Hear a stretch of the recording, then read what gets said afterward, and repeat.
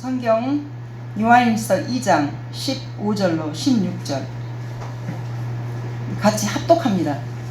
시작. 이 세상이나 세상에 있는 것들을 사랑하지 말라. 누구든지 세상을 사랑하면 아버지의 사랑이 그 안에 있지 아니하니. 이는 세상에 있는 모든 것이 육신의 정욕과 안목의 정욕과 이생의 자랑이니 다 아버지께로부터 온 것이 아니요 세상으로부터 온 것이라. 아멘. 자, 오늘은 복음의 결과, 지난주에 이제 첫 번째 했었고 두 번째로 전합니다. 어제 갑자기 저희 친정 엄마 태정예 권사님께서 새벽에 이제 제가 일을 마치고 이제 기도하고 있는 가운데 연락을 받습니다. 이 연락을 받았는데 제가 이제 새벽에 전화 오는 그것에 대해 트라우마가 저한테 있어요. 새벽에 연락이 오면 제가 막 가슴이 쿵 떨어집니다. 우리 아버지 30년 전에 돌아가셨을 때 새벽에 저희가 전화를 받고 저희 엄마가 울부짖는 소리로 네 아버지 죽었어, 그 소리가 아직도 지금 막 쟁쟁해가지고 막 가슴이 막 철렁 내려앉아요. 새벽에 전화를 받는데 얼마나 깜짝 놀랐는지 영광교회 어떤 권사님이 목사님 큰일 났습니다. 왜요? 엄마가 저 최 권사님이 쓰러지셔가지고 지금 못 일어나고 있습니다. 119가 구급대 왔습니다. 세상에 발을 내가 움직일 수가 없어가지고 순간 놀래가지고 너무 놀래가지고 아이고 막 심장이 막 뚝딱거리고 막 내 마음에 내가 못 일어날 것 같은 거야.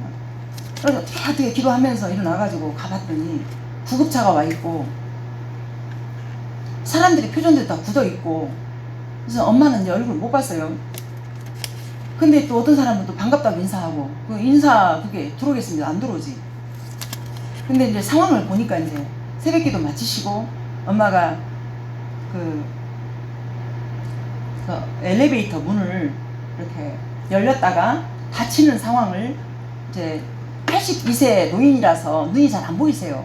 그러면은 보통 잘 보이는 양반 같으면, 사람 같으면은 문이 닫히는 상황에서 들어갈 일이 없잖아요. 문이 닫히는데도 불구하고 안 보이시기 때문에 그냥 이렇게 들어간 거예요. 그냥 아무 생각 없이 쿵 들어가다가 들어가는 가운데서 그냥 문이 쿵 닫히니까, 그러니까 정상적인 사고를 가졌으면 문이 닫혀도 왜 이렇게 그냥 그대로 꽉 끼는 것이 아니라 다시 이물질이 있으면 열리잖아요. 그 원리를 알면 괜찮았을 텐데 노인이라 모르고 꽉 닫히니까 그대로 팡 앉아버린 거예요. 그냥 엉덩이를 딱 앉아버린 거예요. 그러니까 그 자체에서 일어나지도 못하고 꼼짝 못하고 있는 거예요 지금 상황이. 그래갖고 구급차가 와가지고 엄마를 그대로 침대에 이렇게 눕혀서 그대로 진짜 꼼짝 못해요. 이렇게도 못하고 저렇게도 못하고 그런 상황이에요. 그래가지고 이제 병원을 알아봐서 응급실로 갔어요. 응급실에 갔는데 해리병원으로 갔어요. 갔는데 꼼짝 못한 상황인데, 제가 이제 서두에 이런 말씀을 드리냐면은 꼼짝 못하고 갔는데 이제 상황이 입원실도 없기 때문에 계속 누워 있어야 돼. 근데 누워 있는 상황에서 이제 엄마가 이제 생리적인 현상을 해결을 해야 되잖아요. 그래서 이제 저랑 동생은 이제 아무것도 모르고 엄마 지금 화장실 간다고 그러니까 휠체어 막 찾아. 그래서 응 알았어, 휠체어 여기 있다. 둘이서 이제 엄마를 이렇게 세워서 휠체어 태우려 했더니 그 병원에서 깜짝 놀라면서 아니 지금 응급으로 들어온 사람이 꼼짝도 못하는데 어디 무슨 휠체어를 태우냐고 이렇게 된 거예요. 그래가지고 이제 그러면은 기저귀를 사오래요. 그래서 기저귀를 사왔어요. 근데 참 감사한 게 뭐냐면, 그렇게 응급 상황이고 너무 상황이 안 좋은 상황인데 내 마음 안에서 뭔가 이렇게 안심하는 그 평안함이 있더라고. 그래서 이제 엄마를 이제 소변을 봤어요. 네, 봤는데 엄마가 아유 전이야 왜? 아이 내가 큰 게 나올 것 같아요. 그래서 엄마 괜찮아 그냥 봐 그랬어요. 그랬는데 들어와야 되잖아요 치우는데. 더러운 마음이 1도 안 드는 거예요. 아유 전이야 뭐가 내가 뭔 고리야. 엄마 괜찮아 잘했어. 그럼 이제 제가 다 처리를 했어요. 근데 저 자신은 엄마가 그게 동생이 그걸 다 볼일 보고 이제 왔는데 동생 하는 말, 누나 나는 내가 엄마에게 그 치웠으면 며칠 동안 밥을 못 먹을 것 같더래. 저는 그랬습니다. 아니 누나는 안 그래. 가만히 생각하니까 장애인 아이들 제가 7년인가 사역했잖아요. 그 아이를 똥도 만지고 오줌도 만지고 별일 다 봤잖아요. 그때 이미 저 훈련을 받고, 근데 그때도 마찬가지로 이게 사람의 똥은 누가 봐도 더러워요. 그러나 하나님의 마음이 부어진 그 사람은 하나님 눈 가리고 귀 가리고 코도 막고 이렇게 그걸 하십니다. 그래서 엄마여서 감당한 것이 아니고 하나님의 마음이 부어졌기 때문에 그 은혜로 감당할 수 있었다. 이제 그 얘기를 하고 있는 것입니다. 그래서 엄마의 그 모습이 너무 감사하게도 어저께 수술을 하시고 바로 앉았어요. 바로 앉아가지고 퇴원도 얼마 안 남았습니다. 그래서 이제 제가 엄마에게 바라는 것은 엄마가 이렇게 누워서 꼼짝 못하고 한 그 상황을 엄마가 직접 경험했으니, 우리 엄마는 그 노인이다 보니까 체면에 대해서 누가 나를 어떻게 생각할까에 대해서 막 또 뭉쳐있는 분이세요. 근데 그런 마음이 좀 사라졌으면 좋겠다라는 간절한 그 마음의 소원이 있습니다. 그런데 아직도 여전히 이렇게 침대가 좀 지저분하고 그러니까 아이 저 좀 치워야 어저께 왜? 아이 저 앞에 사람은 정갈하게 있는데 나는 너무 더러워서 저 사람이 흉봐야 또 그러고 있어요. 그래서 이게 참 얼마나 엄마를 갖다가 지금까지 그걸 힘들게 하고, 이 복음이라는 것은, 진리라는 것은 우리를 마음을 자유롭게 한다는 것, 자유를 주는데 그 자유를 못 누리고 지금까지 살았어요. 그래서 우리 엄마의 이 모습을 보면, 우리 오남매, 저 동생도 와 있지만 저 둘째 남동생 오남매가 참 엄마한테 잘합니다. 그래서 이 잘함이 참 엄마가 그걸 바라보면서 참 감사하다. 그래서 그 복음을 메시지 들으면요, 제가 이번에서 다 보이잖아요. 누가 이렇게 잘 듣는지. 우리 엄마가 제일 잘 들어요. 아멘도 제일 크게 하고 제일 뭐가 이렇게, 그러면서 당신이 그냥 어떻게 그냥 제가 무슨 1대1로 얘기하는 것처럼 어메 그런 게야 어쩐데 그랬어 막 이렇게 대답을 주고받고 이렇게 할 만큼 그렇게 예배의 태도가 제일 좋아요. 그러나 삶 속에서는 그런 복음의 변화는 없더라 그 말입니다. 그래서 인간적으로 우리 엄마니까 참 믿음 이쁘시고 좋으시지만은 이제 그러한 지점에 대해서는 이 복음에 대한 이 반응은 좋지만 변화에 대해서는 아직까지 엄마가 더 필요하지 않는가라는 생각을 해봅니다. 그리고 이제 지난주에 이제 다 들었지만 다시 제가 짚고 넘어갈게요. 복음의 결과에 대해서 이제 어떤 식으로 제가 지난번에 그랬냐면은, 복음은 하나님의 전부의 가치입니다. 그 생명으로 이 땅에 오신 예수님이시고, 그 예수님께서 우리에게 오셨을 때는 우리를 어떻게 하려고? 생명으로 이끌어서 구원까지 이끌어 가시려고. 그러나 복음의 가치는 보이지 않기 때문에 보이는 어떤 상황으로 인해서 우리 마음이 바뀌고 생각이 바뀌어서, 보이는 그 어떤 것이 좋으면 우리가 행복하고 보이는 어떤 것이 나쁘면 불행하고 이렇게 늘 생각하는 그 문제가 우리 안에 있었다고 말씀을 드렸습니다. 그래서 이 변화가 분명히 된 것 같은데, 상황과 조건의 변화는 변화가 아니라 어떻게? 이스라엘 백성들의 예를 제가 들었죠. 그 예를 뭐라겠습니까? 이스라엘 백성들이 출애굽할 때 어떻게 했어요?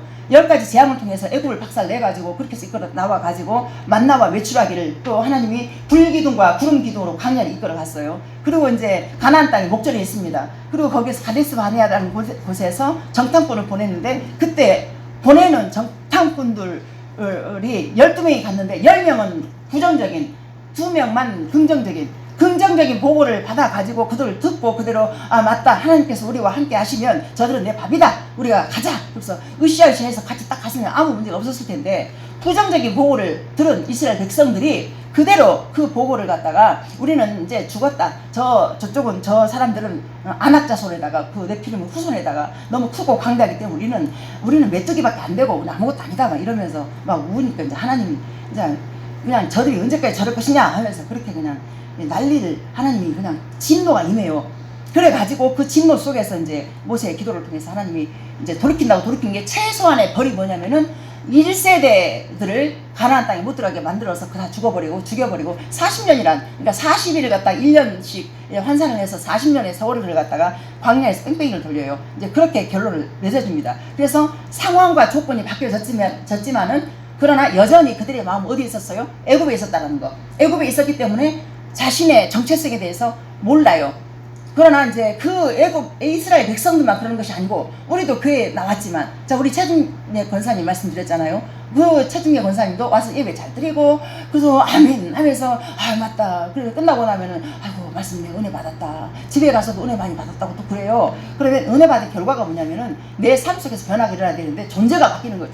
존재가 바뀌어서 이렇게 아 맞다, 내가 하나님의 택한 백성이기 때문에 이런 상황에서도 이렇게 할 수밖에 없고 남의 시선과 의식을 이렇게 생각하면 안 된다라는 것에 대해서 딱 결론을 찍어버리면 엄마가 안 그럴 텐데, 항상 남을 의식하는 그것이 정말 엄마를 힘들게 하면서 그것 때문에 제가 충돌을 많이 해요. 혼자서 울어요. 그리고 또 기도하면 하나님께서 또 저한테 이 마음을 이렇게 돌이켜. 그래가지고 이제 엄마한테 다시 가가지고 엄마 내가 미안해. 그러면 또 엄마는 또 다시 아니야 내가 미쳤는가 봐야 내가 잘못했어야. 근데 그렇게 하고 나서 엄마 그거 며칠 나갈까? 그러면 엄마가 또 웃어. 3일도 못 가요. 그게 항상 반복되고 있습니다. 그래서 제가 동생들한테 그래요. 누나가 엄마를 대하는 그것은 누나가 효가 있어서가 아니라 하나님의 은혜가 내 안에 있기 때문에 하나님의 간섭과 하나님의 그 이끄심이 네 부모한테 그러면 안 된다. 그 마음을 늘 주시기 때문에. 그래서 효녀라고 소문났지만은 결국 효가 없다는 것에 대해서 늘 인정하게 됩니다. 그래서 그 효도 하나님의 마음이 부어져야 효도 되어지는 것이지 안 되더라 그 말입니다. 그래서 우리 엄마가 이번 일을 계기로 해서 참 맞다, 중요한 것이 무엇인지, 아무리 체면과 아무리 사람들이 어떻게 생각할까, 그 이게 얼마나 죄의 뿌리가 깊이 뿌리를 내려가지고 그렇게 올가매고 있는지 몰라요. 그래서 그 죄의 올가미에서 벗어나는 것은 믿음으로 딱 결단하는 거예요. 결단하고 그 상황에서 빠져나와야 돼요. 그래야 죄가 갈고리로 올가매서 죄는 어디로 가요? 지옥으로 끌고 갑니다. 이게 지옥 그냥 단순하게 죽었다 우리가 살았다 그렇게 끝나면은 이게 우리가 심각하게 고민할 필요가 없어요. 왜냐하면 지옥도 영원한 거고 천국도 영원하기 때문입니다. 천국과 지옥이라는 이 영원함이 우리를 갖다 갈라놨을 때 그냥 이 땅에서 100살까지 살다가 그냥 죽으면 끝나는 거지 뭐. 그러면 저도 이렇게까지 안 살 것 같아요. 그냥 내 멋대로 그냥 있는 거 그냥 대충 살다가 하는 거라 가지요. 근데 저는 살아주신 하나님 너무 그대로 만났기 때문에 천국과 지옥도 제가 알기 때문에 머리로 알고 제가 몸으로 부딪혀 깨달았단 말입니다. 그래서 이제 항상 하나님의 은혜만 구하고 또 은혜가 아니면 못 삽니다. 하나님 늘 이제 그러면서 이 자리에 제가 있는 것 같습니다. 그래서 상황과 조건의 변화는 변화가 아니다 이렇게 말씀을 들었고, 그 다음에 이제 진심과 전심 사이에서 진심이 분명히 우리가 존재해요. 진심으로 예배 나와요. 진심으로 찬양해요. 진심으로 노래방도 가요. 진심으로 술도 먹어요. 진심으로 도박도 해요. 진심으로 거짓말도 해요. 이 진심이 결국에는 우리가 전심을 만나야만이 이것을 빠져나오는데, 이 전심이 뭐냐? 이 전심은 거기 안에 100%가 다 있다는 거. 99.9%가 진심이어도 1%라는 그것이 전심이 거기에 있다면 그것이 그쪽으로 엎어지면 그게 바로 전심인 나인 거예요. 세상 속으로 엎어진 나는 어쩔 수 없이 세상 속에서 살 수밖에 없는. 그래서 그렇게만 사는 것이 아니고 이 전심과 진심 사이에서 충돌을 한번 딱 하고 일어나야 맞다, 내가 하나님이 필요한 그러한 영생이 꼭 필요한 하나님의 사람 맞구나 하면서 내 죄에 대한 존재를 깨닫는 그것이 바로 우리가 참 주인이 바뀌는 것이다. 그래서 구약 하나님 얘기했죠. 구약 하나님 아무리 돈이 많아도 어려서부터 유대인으로 태어나가지고 성경도 알고 다 알았어요. 모든 걸 다 갖고 있었지만은 하나님 예수님 앞에서 영생을 어떻게 해야 취할 수 있냐 했을 때 예수님께서 뭘 더하라고 한 것이 아니라 잘못된 털을 갖다 흔들면서 뭐라고 했어요. 니는 뭐 더할 것이 없고 네가 영생을 얻기 위해서는 네가 가지고 있는 돈을 다 저기에서 가난한 사람 다 주고 나 따라와라 했더니 어떻게 해요. 돈이 너무 많기 때문에 이 부자가 심히 근심하고 어떻게 돈 쪽으로 엎어져 버린 거예요. 눈앞에 예수님을 영생을 두고도 그렇게 돈 쪽으로. 세상의 가치보다 하나님 나라의 가치를 더 크게 볼 수 있는 자가 믿음 있는 사람이다. 그래서 이 땅에서 우리가 잘 먹고 잘 살아도 언젠가는 끝이 분명히 있는데 그 끝이 그냥 동물처럼 그냥 죽으면 땅으로 가 흙으로 돼버려요. 그러나 우리 안에는 창세기에서 분명히 말씀하고 있습니다. 뭐라고요? 우리가 흙으로 지었지만 생명, 하나님의 생명이 우리에게 불어 넣어져서 그 영혼이 생긴 거예요. 육은 죽어서 흙으로 가. 그러나 그 하나님이 불어넣은 생명 그 영혼은 지옥으로 가든지 천국으로 가든지 두 갈래로 갈라집니다. 그래서 우리가 거기에 대해서 우리 마음 안에 아 맞다 천국과 지옥이 있구나 이것을 좀 받아들이고 이렇게 들어줬으면 감사하겠습니다. 그래서 참 주인이 바뀐다라는 거. 그래서 오늘 이제 두 번째는 뭐냐면은 사랑의 대상이 바뀝니다. 그 사랑이 진정한 그 변화의 두 번째는 그 사랑의 대상이 바뀌는 것인데 하나님은 사랑이십니다. 이 사랑이라는 그거 자체가 이게 뭐냐면은 우리가 하나님 사랑이시기 때문에 사랑합시다 이렇게 해서 그냥 입으로 되어지면 너무 좋을 것 같아요. 그러니까 말했지만 우리 친정 엄마도 내가 엄마의 딸이지만은 사랑이 안 되더라 그 말입니다. 근데 부모가 자식한테 사랑하는 것은 그냥 되어지는 거예요. 그래서 부모가 자식한테 잘했다고 상 받는 거 봤습니까? 응? 며느리가 또 자식이 또 아들이 누가 뭐 이게 효부다 뭐 효자다 했을 때 효자상 세우고 효부상 세우고 그 상 받잖아요. 근데 그것은 자식이 부모한테 하는 것은 노력을 해야 되는 거예요. 되어지는 게 아니에요. 근데 부모가 하는 것은 그냥 되어져요. 내리사랑이라고. 그냥 내 새끼 그냥 이렇게. 그래서 제가 한 번은 고민을 한번 되게 한 적이 있었어요. 그때 우리 아들 장가가기 전에는 뭐가 있으면 무조건 우리 엄마 갖다 주고 엄마 갖다 주고 막 했는데 어느 날 장가를 이제 가서 살림을 차렸어 옆에다가. 근데 뭐가 하나가 생겼어. 근데 제 마음에 갈등이 나더라고요. 그래서 그것 때문에 고민 엄청 했어요 제가. 하나가 딱 생겼는데 이걸 우리 엄마를 주려고 했는데 이거 우리 아들도 줘야 되겠는데 이거 어떡하지? 하고 반 자르게 되니까 너무 좁고 하고 한 번은 몰래 우리 아들 갖다 줬어요. 근데 아들 갖다 주고 난 다음에 제가 통곡을 하고 있어요. 세상에 하나님 우리 엄마는 나한테 안 이랬는데 왜 나는 우리 자식한테만 이래야 되죠? 왜 나는 이래야 되죠? 한동안 제가 그걸 고민하는 시간이 있었습니다. 얼마나 고민했는가 몰라요. 엄마한테 우리 엄마는 나한테 이렇게 안 하고 고민 안 하고 나한테 모두를 다 줬는데 나는 우리 엄마한테 가는 것이 당연하다 생각된 것이 우리 아들 장가 보내고 나니까 내 마음이 흘러가더라 이거예요.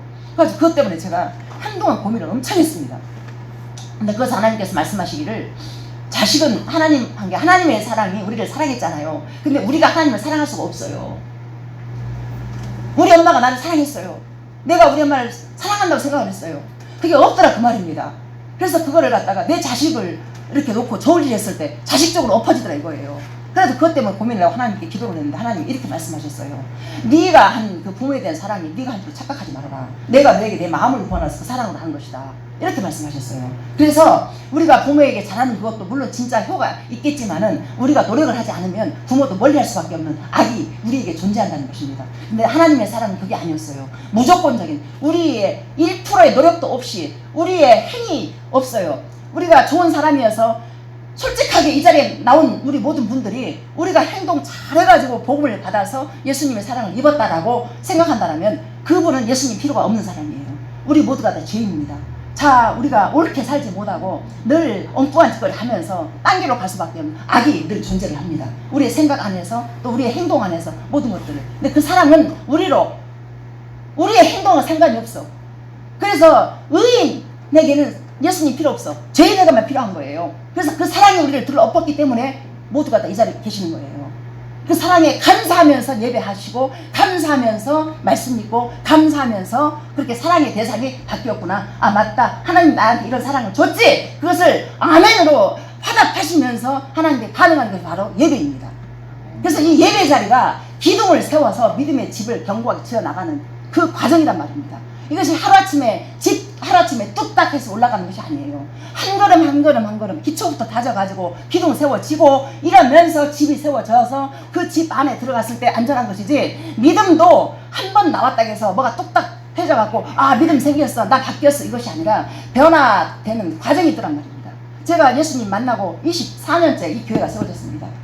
예수님 만나고 나서 저는 자살하려는 상황에서 예수님 만났기 때문에 나는 어차피 나 예수님 먼저 죽어버렸으면은 나 지옥 갔다. 그래 내 목숨 하나님 것이다. 그렇게 고백을 하면서 15년을 무조건 드렸어요. 100% 전심으로 다 드렸어요. 그런데 하나님께서 거기서 딱 멈추게 하시고 10년의 세월들을 다 다시 불 속에 집어넣어서 잡아 죽여서 이렇게 세워졌을 때 하나님 말씀하시기를 너의 1%의 노력으로 교회를 한다고 생각하지 마라. 믿음은 교회는 네가 하는 모든 말 하나하나가 너를 보여주는 거다. 네 머리에서 나와서 성도들 가르치지 말아라. 네 머리가 아닌 하나님께서 너를 통해서 행한 그 일들을. 그래서 제가 말씀 전할 때마다 순간순간 제가 저를 드러내잖아요. 제 연약함을 제가 잘났다고 드러내는 것이 아니라 제 연약함을 제 연약함은 하나님이 먼저 아시고 내 주변 사람이 다 압니다. 그러나 그 연약함들이 내가 가정된 모습으로 이 가면을 써버리고 잘한 척, 나는 뭐 잘하고 있는 척, 뭐 최고인 척 해버리면 이거 능력이 이미 사라져버린 거예요. 우리의 연약함을 그대로, 그 모습 그대로. 그래서 그 모습 그대로 하나님 앞에 나와서 하나님 내 모습 이렇습니다. 내가 어찌하면 좋겠습니까? 너는 그러기 때문에 내가 필요한 사람이야. 내가 완벽하게 내 성질도 내가 알아서 막 조정해버리고 내가 마음대로 무엇을 해버리면은 그냥 하나님 필요 없이 내가 그냥 다 해버리는 거죠. 그동안 애씀과 노력들이 다 쌓여져 가지고 저 그만큼 성경 읽고 알고 그만큼 했으면 내가 그냥 해버리는 거죠. 아니요. 은혜가 아니면 한 발짝도 갈 수 없는 그냥 그저 비참한 그 존재입니다. 그래서 누가 누구를 가르치고 누가 누구를 이끌고 할 자격도 없는 그런 사람입니다. 그러나 한 가지 분명한 것은 하나님의 은혜가 아니면 나는 아무것도 할 수 없는 그런 비참한 존재입니다 라는 그 고백 속에서 생명이 나온다는 것입니다. 아멘. 여러분도 모두가 다 그 생명을 만나서 하나님 은혜를 우리에게 덧입혀 주셔서 나를 세상 살게 해 주십시오. 이 세상 자체가 환난입니다. 환난을 살아가는 이때 하나님의 은혜가 아니면 저 살 수 없습니다. 도와주십시오. 여러분들 모두가 다 그런 분들로 살아가시기를 소망합니다.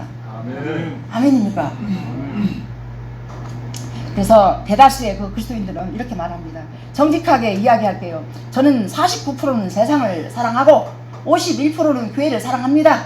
그렇기 때문에 저는 하나님 쪽에 기울었으니까 저의 구원은 이렇게 다 보장되어 있다고 믿습니다. 이런 사람들이 많이 있습니다. 내가 무엇을 사랑하고 따라가는지는 내가 어디에 시간을 많이 투자하는지 내 관심은 어디에 있는지를 보면 알 수 있습니다. 하나님을 사랑한다고 이야기하면서 친구와 지내는 시간이 더 많고 컴퓨터와 인터넷 게임 스마트폰에 쓰는 시간이 더 많다면 나는 무엇을 더 사랑하는 것인가? 사실 주인이 바뀌는 것이나 사랑의 대상이 바뀌는 것은 똑같습니다. 다루는 영역이 조금 다를 뿐이지 동일한 이야기를 하고 있는 것입니다. 자, 그렇다면 결론은 한 가지입니다. 복음은 우리의 사랑의 대상을 바꿀 수 있느냐는 것입니다. 베드로전서 1장 8절 9절 한번 보실게요. 자, 시작. 예수를 너희가 보지 못하였으나 사랑하는 이대로 보지 못하나 말할 수 없는 영광스러운 즐거움으로 평가하니 이들을 보고 영혼의 구원을 얻느니라. 아멘. 예수님을 보지 못하였으나 사랑한다. 사랑하면 초점, 집중, 우선순위, 대가집을 자연스럽게 정리가 되어지는 것입니다. 갈라디아서 5장 6절 보세요. 자, 시작. 그리스도 예수 안에서는 할례나 무할례나 효력이 없으되 사랑으로서 역사는 믿음뿐입니다.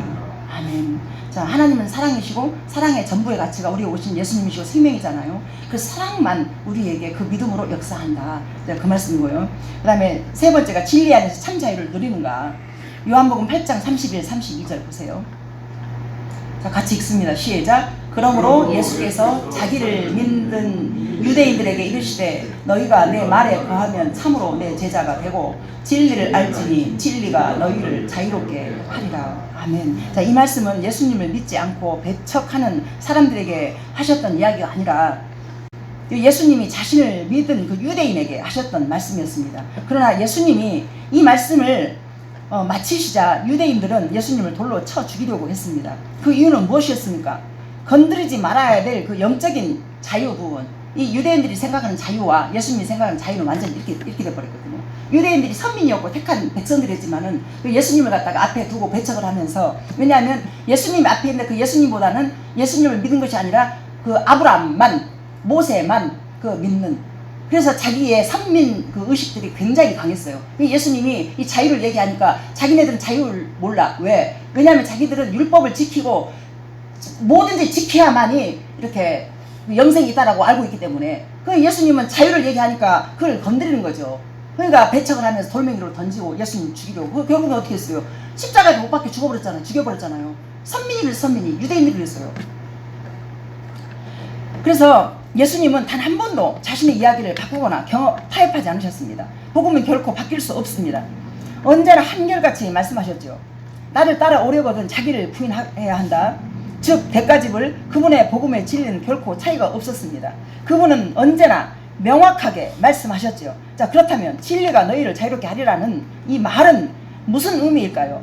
성경 곧 진리는 우리의 삶의 지침서이며 나침판입니다. 이 성경 자체가 저기 조혜련 씨의 그 엄마가 77살에 예수님을 만나서 그 노인이 지금 79 되셨는데 성경을 이렇게 입으로 이렇게 읽어가지고 13독을 했어요. 13독을 했어요.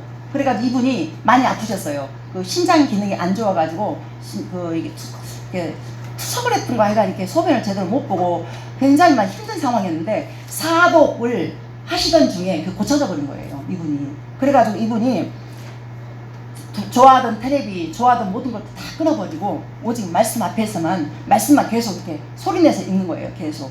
13독을 하셨어. 그리고 나서 이분이 뭐라고 말씀하시냐면 이렇게 말씀하세요.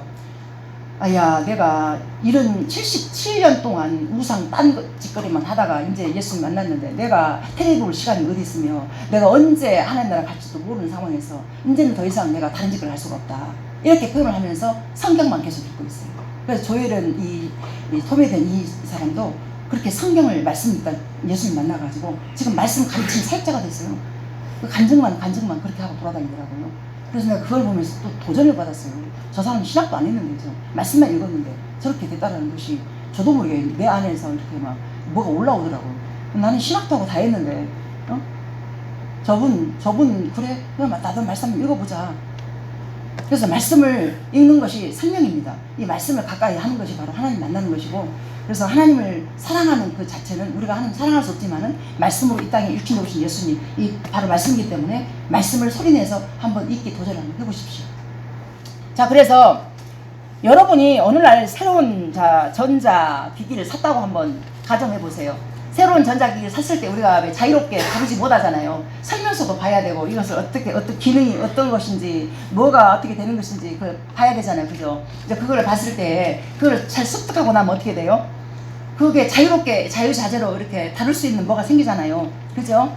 자, 그런데 성경도 마찬가지예요. 알면 알수록 우리가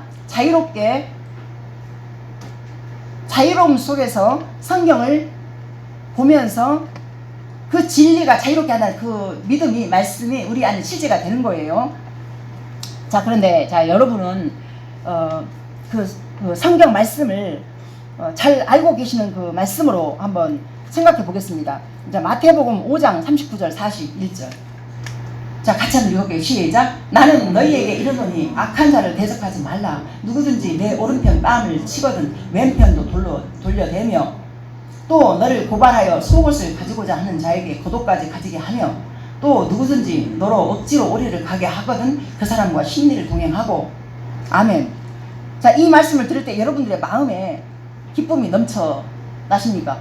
자유로우십니까? 어떠세요? 더 큰 부담이 생기죠. 이거 어떻게 사람이 해?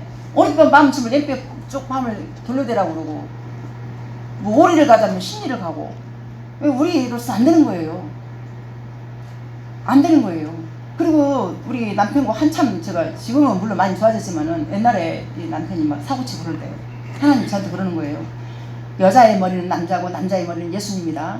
그러니까 너는 이 아내들이여 남편들에게 복종하라. 이게 복종이 되겠느냐고요. 행동 잘하고 이쁘게 해도 여자가 남자한테 복종한다는 게 쉽지 않아요. 맨날 싸움하고 그래. 그것 때문에 막 몸부림하는데 하나님이 저한테 그랬어요. 그러니까 성경 말씀은 진리이고 이걸 분명히 순종해야 돼. 우리로서 안 되는 거예요. 하나님 수준의 순종이 따라와야 되는 거예요. 그게 이게 어떻게 이게 내 생각으로 이게 가능하냐고요. 그래서 제가 그러잖아요. 근데 이 말씀이 역으로 딱 이렇게 돌려버리면 어떻게 되냐면은 나를 부인하는 거예요. 나의 오름이 부인되면서 그러면서 썩어지는 그 자리에 들어갔을 때 이 말씀이 이루어지는 거예요. 그거를 저는 몸으로 배웠기 때문에. 그러나 어느 때는 사람이기 때문에 이 땅에 있는 동안에 저도 모르게 막 그냥 왁 하고 일어날 때가 있어요. 근데 그때마다 이제 제가 또 한 방씩 막지요. 네 목사 맞아? 나 자격 없어. 그래서 하나님 은혜가 필요한 사람이요. 이제 그러고 말지만은 참 어느 때는 저도 제 자신이 비참합니다. 목사로서 내가 왜 이런 마음이 내게 있어야 되는가. 그런 마음이 들 때가 많습니다. 그래서 여러분들이 이렇게 완전하게 행동을 제대로 하지 못해도 그 마음을 제가 0.1이라도 이해할 수 있는 것은 뭐냐면은 그런 가운데서도 하나님이 개입하시고 간섭하신다는 것에 대해서 감사하시면서 그곳에서 나오셔야 됩니다. 알겠습니까? 아멘. 나오셔야 됩니다. 나오셔서 생명의 길을 걸어서 이왕이면 천국으로 가야 될 거 아닙니까? 영원한 생명으로 천국으로 우리 같이 함께 갑시다. 아멘입니까? 아멘. 아멘. 자, 우리는 담배를 또 피우면 몸에 좋지 않고 알아요. 심지어는 폐암까지 유발한다는 것도 알 수 있습니다.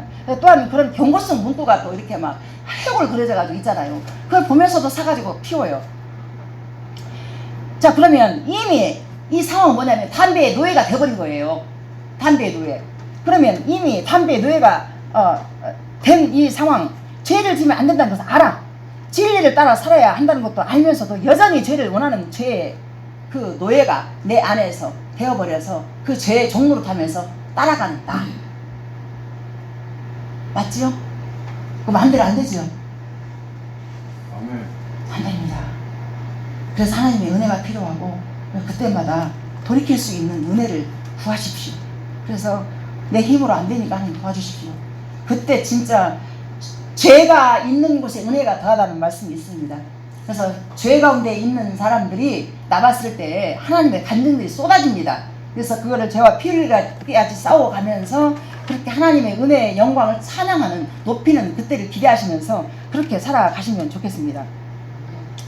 자, 진리가 옳은 줄 알겠는데 계속 매임을 느끼는가요? 그렇다면 결론은 단순합니다. 아예 진리의 시집을 가버리면 됩니다. 다시 한번 생각해 봅시다. 자, 진리 안에서 자유를 느낀다는 것은, 이 말의 뜻은 예를 들어서 생각해 보십시다. 자, 결혼을 앞둔 자매가 있어요. 이 자매가 자기가 결혼해야 되기 때문에 결혼하지 않는 남자들 볼 때마다 이 남자인가 저 남자인가 이러면서 고민을 하잖아요. 그렇잖아요. 그러나 이제 만약에 고민하는 우리 박보사님께서 만약에 시집 안 가셨어. 근데 이제 여기 있는 남자들 볼 때마다 하나님이 저분을 나한테 붙였나 하고 고민할 수 있잖아요. 이제 그때 어느 한 사람이 딱 이제 괜찮아서 시집을 가버렸어. 그러면 어떤 남자를 봐도 자유하잖아요. 어차피 인자가 생겼으니까. 이제 그걸 말씀하시는 겁니다. 하나님께서. 이게 진리냐 비진리냐 계속 왔다 갔다 두 사이에서 왔다 갔다 하잖아요. 우리가 진리의 시집을 가버리자 그 말이에요. 한쪽으로 딱 결론을 내려버리면은 고민할 필요가 없잖아요. 안 그렇습니까? 진리의 시집을 가버리자. 이게 신랑 되신 예수님, 그러니까 여자 남자 그 개념을 떠나서 우리 신랑으로 오신 예수님, 우리 모두를 신부 삼아 주셨어. 신부. 그래서 진리 예수님한테 시집 가버리자. 이와 같이 진정한 자유는 그 아이의 어느 한편으로 결론 낸 마음이 일 때 그때 비로소 찾아옵니다. 어느 한 곳에 속하면 되는 것입니다. 즉 진리에 시집 가버리십시오. 결론을 내지 않는 태도는 우리를 계속해서 묶을 것입니다. 지금까지 진리 안에서 진정한 자유를 누리지 못했던 이유는 내가 다른 여지나 가능성을 가지고 있었기 때문입니다. 즉 진리를 오직 결론으로 붙잡고 나아가 본 적이 없기 때문이라는 것입니다. 진정한 결론을 내렸다면 진리가 우리를 자유롭게 할 것입니다. 자, 요한복음 8장 36절. 자, 그러므로 아들이 너희를 자유롭게 하면 너희가 참으로 자유로우리라. 아멘. 자, 우리 예수님이 아들이 자유롭게 한다고 했잖아요. 예수님이 어떻게 했어요? 십자가에서 죽으셨잖아요. 십자가의 보혈의 피가 우리를 덮었어요. 왜냐하면 우리의 죄는 예수님이 아니고서는 해결이 안 되는 거예요. 그래서 해결이 안 되는 그것이 우리를 자유롭게 그 묶임에서 해방시키기 위해서 예수님이 십자가의 그 피, 그러니까 피 흘림이 없은즉 사함이 없다라는 말씀이 히브리서 9장 22절에 나와 있어요. 그 말씀이. 그래서 피 흘림이 우리 안에 필요했기 때문에 그 피 흘림을 통해서 우리를 자유롭게 죄의 종에서 의의 종, 하나님의 종으로 이끌어냈다 그 말입니다. 그래서 하나님 우리를 자유롭게 했지 우리를 로봇 안 만들었잖아요. 우리 안에 자유지를 줬잖아요. 그 자유를 말하는 것입니다. 그래서 어느 곳에 매임이 없이 묶임이 없이 진리 속에서 진리의 말씀에 붙들려 자유롭게 살아갑시다. 아멘입니까? 아멘. 자, 우리는 지금 다른 이야기를 하고 있는 것이 아니라 진정한 변화라는 한 주제를 가지고 다방면 다각도로 찔러보고 있습니다. 그렇다면 위에서 살펴본 변화와 또 나에게 실제가 된다면 나에게 무슨 일이 일어나게 될까요? 가치관이 변화됩니다. 가치관이. 그래서 복음이 나에게 실제가 되었다면 우리의 가치관은 변화할 수밖에 없습니다. 바울도 이 복음을 만나서 다메섹 도상에서의 바울과 또 그 전과 후가 분명히 바뀌었어요. 어떻게 바뀌었어요? 새로운 피조물이 되었다 했잖아요. 조건이 있었어요. 어떻게 해요? 그리스도 예수 안에서 새로운 피조물이 되었다고 그랬어요. 그래서 그리스도 예수 안에 있는 것이 뭐라 했습니까? 예배, 자리에 계속 나오는 것이에요. 그래서 그 예배가 한 번, 두 번 쌓여져서 믿음이 세워지면서 가치관이 바뀌어지는 거예요. 이 가치관이 어디에 속하였는지 알 수 있는 질문이 있습니다. 자, 나의 기쁨의 이유가 무엇입니까? 또 슬픔의 이유가 무엇입니까? 우리가 살면서 기쁜 일, 슬픈 일 많이 있잖아요. 그죠? 살다 보면 기쁜 일, 슬픈 일 너무나 많아요. 그래서 어느 때는 예를 들어서 제가 기쁠 때는 보니까 우리 남편이 일 열심히 해서 돈 겁나게 벌을 때 그때 참 기쁘더라고요. 근데 어느 때는 또 이제 돈이 못 벌리잖아요. 그러면 또 슬퍼요. 진짜 그래요. 돈이 많이 벌을 때는 뭐가 막 다 얻은 것 같아. 좀 덜 벌을 때는 아이고 큰일 났다 하면서 슬퍼. 마음이 한자락 안에서. 근데 우리 모두가 다 원하던 대학에 딱 들어가가지고 참 보란듯이 열심히 하더니 됐다 그러면 참 기쁠 거예요. 그죠? 그런데 원하는 대학에 못 들어갔어요. 그러면 또 그게 더 슬프단 말입니다.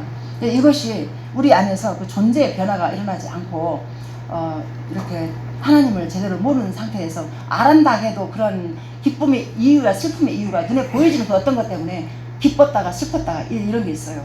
근데 이제 이번에 우리 엄마의 사건을 보면서도 그 엄마가 그런 아픔을 겪었지만은 아픔 속에서 하나님의 섭리가 보이기 때문에 제 안에서 그러한 상황에서 기저귀를 달면서도 웃음이 터져 나왔던 그것은 하나님이 주신 기쁨이라는 거예요. 그게 더럽다는 느낌보다는 나도 모르게 웃음이 빵 터져 나왔어. 그냥 엄마가 그냥 전전긍긍하면서 그냥 어쩐디야 저 사람이 어떻게 생각한디야 어쩐디야 막 그러고 있으니까 엄마 이 상황에서 무슨 놈 체면을 생각하냐고. 그래서 내가 빵 터져서 웃었어. 근데 참 내 엄마지만 이게 더럽다는 그게 1도 안 들었던 게 너무 감사하고 거기서 웃을 수 있다는 것도 감사했고 그러고 나서 다 치우는 엄마 옆에 갔더니 엄마 시원해? 그랬더니 계속 시원하다. 엄마 그럼 됐어. 그런 일이 있었어요. 그래서 하나님의 은혜가 어디 먼 데서 역사하는 것이 아니고 그런 작은 일상 속에서 웃을 수 없는 상황인데도 웃을 수 있다는 것 너무 감사한 시간이었습니다. 그래서 나를 변화시킬 수 없는 복음은 그때부터 복음이 아닌 것입니다. 이 변화시켰다는 것은 뭐냐면은 이 눈에 보여지는 슬픔이 있었지만은 슬픔을 붙잡는 하나님이 보이면 기쁠 수 있다는 거예요. 눈에 보여지는 것은 아이고 너무 힘들고 어렵고 하지만 하나님 택한 백성들은 모든 것을 뒤돌아봤을 때 하나님을 사랑하는 자, 그 뜻대로 부르심을 입은 자들에게는 모든 것이 합력하여 선을 이룹니다 그랬어요. 이게 선밖에 없더라고요. 선밖에. 응? 저 매형 만나서 몸부림하며 40년을 갔다가 울고 굴고 빗자루 들었다 내렸다 해서 지나왔지만 결국 내 입에서 하나님 받으신 거 뭐였냐면은 하나님 은혜였습니다. 감사합니다. 합력하여 선을 주셔서 감사합니다. 그 고백이었습니다. 이것이 바로 복음을 만나서 진정한 변화된 증인의 고백인 줄 믿습니다. 자, 그럼 여기서 성경 속에 그 증인의 고백을 한번 들어보겠습니다. 그중 몇 구절만 살펴봐도 우리는 한 가지 공통점을 발견하게 됩니다. 그것은 바로 그들의 기쁨의 이유와 그들의 슬픔의 이유가 오직 하나님 한 분뿐이었다는 것입니다. 시편 89편 15절 18절 보세요. 우리 같이 한번 읽어봐요. 시작. 즐겁게 소리치는 여호와의 그들이 주의 얼굴을 보지 않아서 그들이 주의 이름을 하며 주의 공능에 말미암아 높아지고 주는 그들의 힘의 영광이시며 우리의 뿔이 주의 은총으로 높아지고 우리의 방패는 여호와께 속하였고 우리의 왕은 이스라엘의 거룩한 이에게 속하였기 때문입니다. 아멘. 자, 기쁨의 이유가 다른 어떤 것이 아닌 주님 때문이었습니다. 시편에 쓴 이 저자의 이 마음이 주님의 의로움 때문에 기뻐했고 그 영광으로 말미암아 즐거워하는 자의 모습이 진정 가치관의 변화를 맛본 그러한 증인의 고백이었습니다. 자, 하박국 3장 17, 18절 보세요. 자, 시작. 비록 무화과 나무가 무성하지 못하며 포도나무에 열매가 없으며 감람나무에 소출이 없으며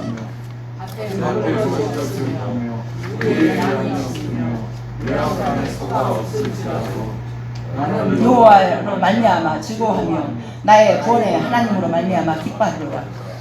아멘. 이거 보세요. 무화과나무, 포도나무, 감람나무, 양, 소, 자 이런 것들이 이 당시에 그 농경시대에 가장 중요했던 것이라고 합니다.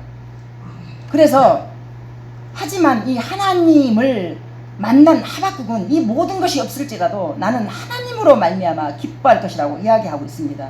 내게 아무것도 남지 않은 최악의 상황이라도 하나님으로 인해 기뻐할 것이다 라는 이 고백을 진정한 가치관의 변화를 입은 자인 것을 보게 됩니다. 그래서 이 시대에 가장 중요했던 것들이 다 없을지라도 하나님을 위해서 기뻐하겠다라는 이 고백이 우리가 비록 이 땅에 있는 동안 힘들고 또 우리가 마음대로 되어진 것이 없지만 우리가 하나님으로 인한 기쁨이 여러분들과 저에게 또 제 말씀을 듣는 모든 자들에게 임할 수 있기를 소망합니다. 아멘. 그래서 그 D.L. 무디라는 분이 있었습니다. 이 D.L. 무디라는 분이 1871년 어느 날에 시카고에서 큰 대형 불이 났어요. 대형 불이 나가지고 완전히 그냥 그 시가 전체가 하루 종일 불이 타가지고요 다 전소가 됐어. 그래갖고 한 300명 이상이 죽어버리고, 그리고 이제 거기 안에 있는 그 교회 안에 그 이 무디 이 목사님이 그 사역했던 뭐 사역의 그런 모든 자료들 것들이 전부 다 전소가 돼버렸어요. 그랬더니 어떤 이 신문 기자가 이 목사님이 찾아와가지고 빈정거리고 이렇게 비아냥거리면서 묻습니다. 아이고 다 이러셨군요. 아이고 어쩌면 좋아요. 하면서 이렇게 걱정하는 말투가 아니라 좀 빈정거리면서 비아냥거리면서 그렇게 했대요. 근데 이 무디가 어떻게 대답한 줄 아세요? 뒤에 무디가 이렇게 대답했습니다. 아니요, 저는 이런 것이 아무것도 없습니다. 아니 목사님, 그런데 현실을 한번 보세요. 저 교회 다 타버리고 다 없어졌는데 뭐가 다 잃지 않았다는 거죠. 이제 이해를 못하는 거예요. 근데 이제 그때 무디가 어떻게 하냐면은, 나에게는 예수 그리스도가 전부이기 때문에 교회 다 타고 사역 흔적 다 사라졌어도 결코 나는 잃은 것이 하나도 없습니다 라고 이렇게 대답을 했답니다. 아멘 되어집니까? 우리 안에는 예수님이 계십니다.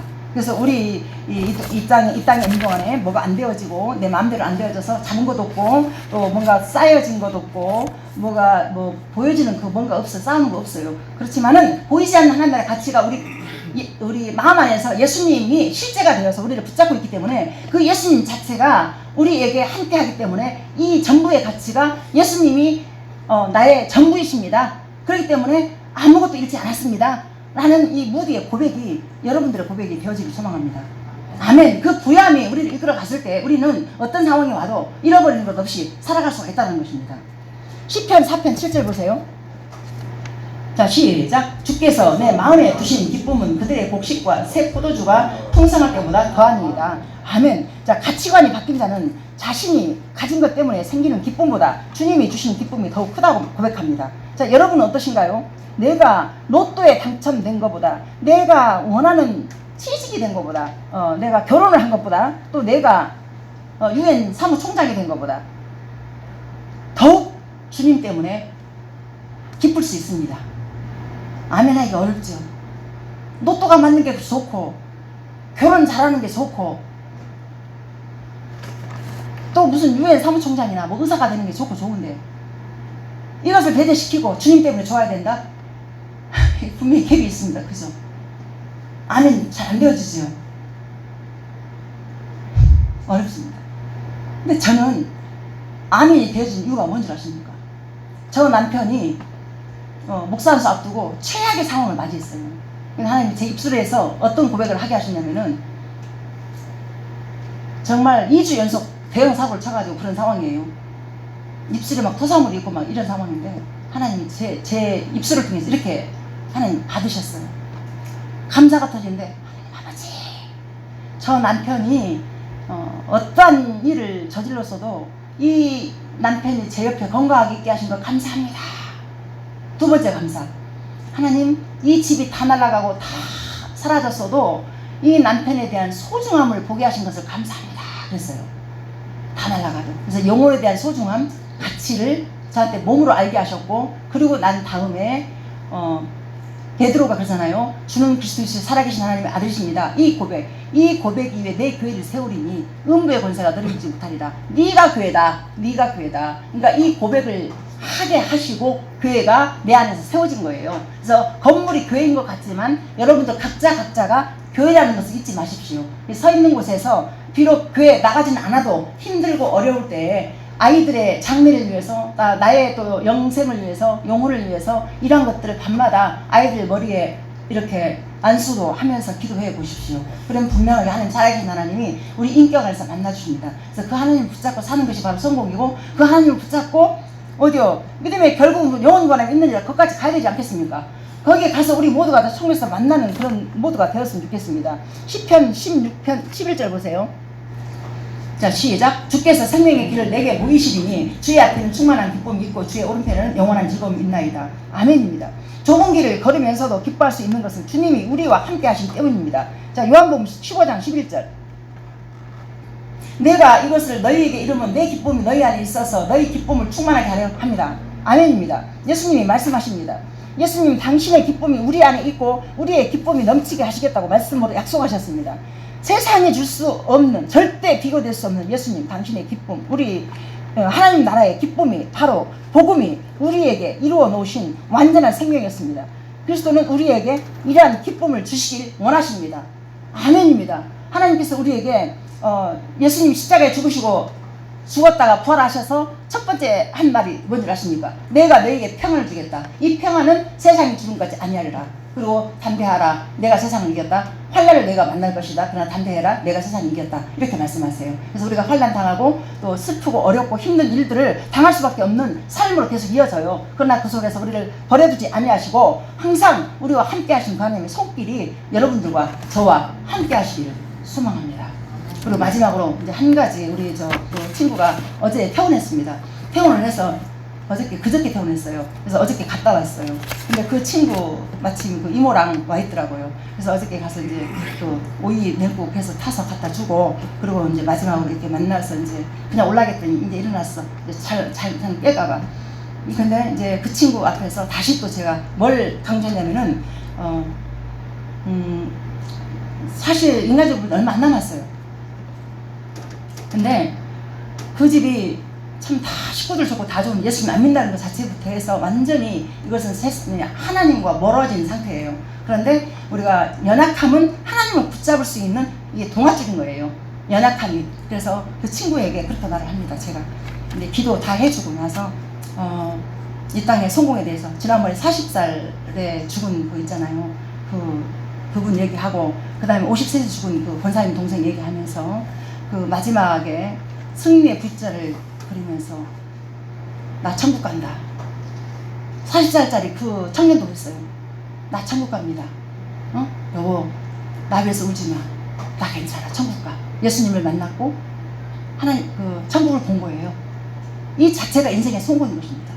많이 살아서 지옥 가는 것보다 짧게 살아도 천국 가는 게 좋은 것입니다. 그래서 그 친구한테 다시 한번 그렇게 말을 한 것입니다. 니는 하나님 살려줄 거다. 그러나 혹여라도 많이 하나 네가 만약에 죽는다 할지라도 죽음 앞에서 두려워하지 말자. 왜? 하나님께서는 너의 죽음을 위해서 이미 십자가에 죽으신 예수님이 네 영생의 길을 열어놨기 때문에 우리 천국에서 만날 수 있는 것이다. 아멘이요. 진심으로 아멘 하더라고요. 그래서 아멘. 그래서 엄마의 이 아픔을, 하은이랑 다 있었어요. 엄마의 이 아픔으로 보지 말고 예수님을 믿지 않았던 거기에 대해서 하나님께서 너네 가족들을 부른 과정인 것을 믿고 믿음으로 취하고, 그래서 이제 두 자녀한테는 서울 시민교회를 가겠어. 거기는 왜냐하면 우리는 작아서 청년들이 없잖아요. 거기는 청년들이 있잖아요. 그곳에 가서 어울리는 것이 맞다. 그래서 진정한 복음을 만나서 이 땅에 있는 동안에 가지고 있는 재산 많이 있지만은 그 재산이 살게 하는 것이 아니고 믿음이 세상을 이기게 하는 것이기 때문에 그렇게 해서 하는 게 맞다. 그걸 믿음으로 받아들인 것을 보고 기도하고 들어왔습니다. 그래서 여러분도 그 믿음이 세상을 이기는 것이지, 여러분이 가지고 있는 돈, 또 가지고 있는 건강, 이거 다 뭔가 조금만 풍랑 만나면 다 쓰러집니다. 그러나 믿음이 우리를 붙잡고 있으면은 그 믿음의 결국은 영원권함 있느니라 그곳에서 만나게 할 것입니다. 우리가 그거를 붙잡고 인생을 사는 것이 바로 성공이라는 거 놓치지 마십시오. 아멘입니까? 아멘. 자, 기도합니다. 자, 하나님 아버지 감사합니다. 이 복음은 하나님의 전부에 갇히셨고 우리에게 생명을 주셨습니다. 우리는 살 수 없습니다. 우리는 우리의 죄 속에 빠져서 우리의 오름과 우리의 가치관에 하나님 아버지요, 그러한 것 때문에 우리가 얼마나 비참함 속에 빠지는지 그럴 때마다 주님은 말씀하십니다. 그렇기 때문에 너는 내가 필요한 존재야. 그래서 하나님, 그 은혜가 아니면 안 되는 그 모든 것을 아시고 보내신 예수님 십자가의 복음은 그 은혜로 우리를 들러 덮여 주셨습니다. 그 덮으신 그 은혜가 우리에게 있었기 때문에 우리의 초박터진 그 마음 안에 하나님의 마음을 담아두셔서 그 마음으로 이 자리에 있게 하셨고, 그 마음으로 엄마도 섬기고, 그 마음으로 우리 성도님들 한 분 한 분들을 위해서 기도할 때 하나님께서 응답하셔서 우리 성도님들 모두가 다 이 말씀을 진리로 바르게 받아들여서 삶 속에서 변화된 모습으로 예수님을 진정으로 사랑할 수 있는 사랑의 대상이 바뀌고 참 대상이 바뀌어서 참 주인이 바뀌어서 그렇게 하나님의 가치로 살아가는 모두가 될 수 있도록 축복하소서. 오늘 하나님 힘겨운 가운데 하나님 가지고 온 물질이 있습니다. 주여 그 물질을 축복하시고 도와주십시오. 아버지 하나님 힘겨운 이 삶을 살아갈 때 하나님 아버지요, 하나님이 주시는 그 기쁨으로, 하나님이 주시는 진정한 평안으로, 하나님이 주시는 형통함으로, 건강함으로 이끌어 주시고 인도하여 주셔서 하나님의 일하심을 나타낼 수 있는 복이 하나님 그들의 모든 삶 속에서 마음껏 역사하여 주십시오. 그리고 돈이 물질이 쓰여질 때에도 하나님 수준의 모습으로 부끄럽지 않게 바르게 잘 쓰임받게 하여 주십시오. 예수님의 이름으로 기도합니다.